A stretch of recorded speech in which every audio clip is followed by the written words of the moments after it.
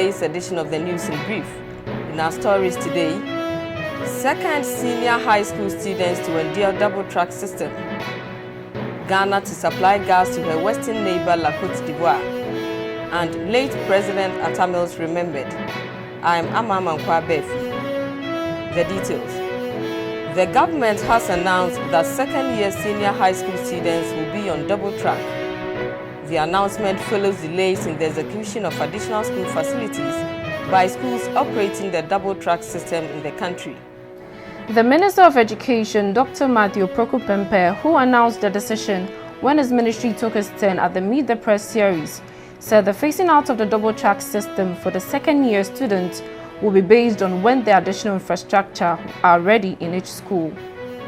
So in the second year of the free SHS, we have to create spaces for nearly 180,000 kids more. The previous year, we had created places for 90,000 students more. And the following year, because of the ballooning in entrance, now you say you have offered free SHS.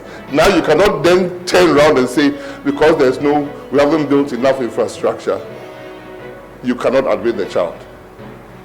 And that is why we did the double track. Because it is not if it is your daughter or your son. You can't say he should wait till we finish the building. The governments of Ghana and La Côte d'Ivoire will soon sign a pact for Ghana to supply gas to her western neighbor. President Nana Addo Dankwa Akufo-Addo made the disclosure when he inaugurated an operational building of Ghana Gas at Esiama in the Elembele district of the Western region. President Akufo-Addo said the pact will kick off after the completion of a 52-kilometer, 20-inch pipeline from Etoile to Côte d'Ivoire. The president urged the Ghana National Gas Company to ensure that gas transmission is extended to all parts of the country with significant mineral deposits to support the development of the country's mining sector and also enhance Ghana's transformation agenda through industrialization. We expect to have the capability of exporting Ghana's natural gas to Côte d'Ivoire after the completion of the 52-kilometer, 20-inch pipeline from Etoile to Côte d'Ivoire. Government, through the Ministry of Energy represented by Ghana Gas, and the government of Côte d'Ivoire through their Ministry of Energy, Mines and Renewable Energy will be signing shortly an MOU. Meanwhile, the president has ordered a thorough investigation into Sunday's violence and kidnapping at Lower Discov in the Ahanta West district of the Western region, saying the police must get to the bottom of the matter and arrest all perpetrators to face the law. Speaking in Chi, President Akufo-Addo said he had visited the Oman Hene of Lower Deskov, Nana Kwesi Ajiman IX, who has been hospitalized at the Ifian Kwanta Regional Referral Hospital after he was assaulted by yet-to-be-identified thugs. The president called for calm and assured that the police will investigate the matter and bring the perpetrators in to face justice no matter how long it takes. Namakatre police for also said 1 year a year sabon no a proper no so 1 year a duo so 1 year or how as say when you na bako ya chiwo near one bigina court na emrano anyone a year juba nice.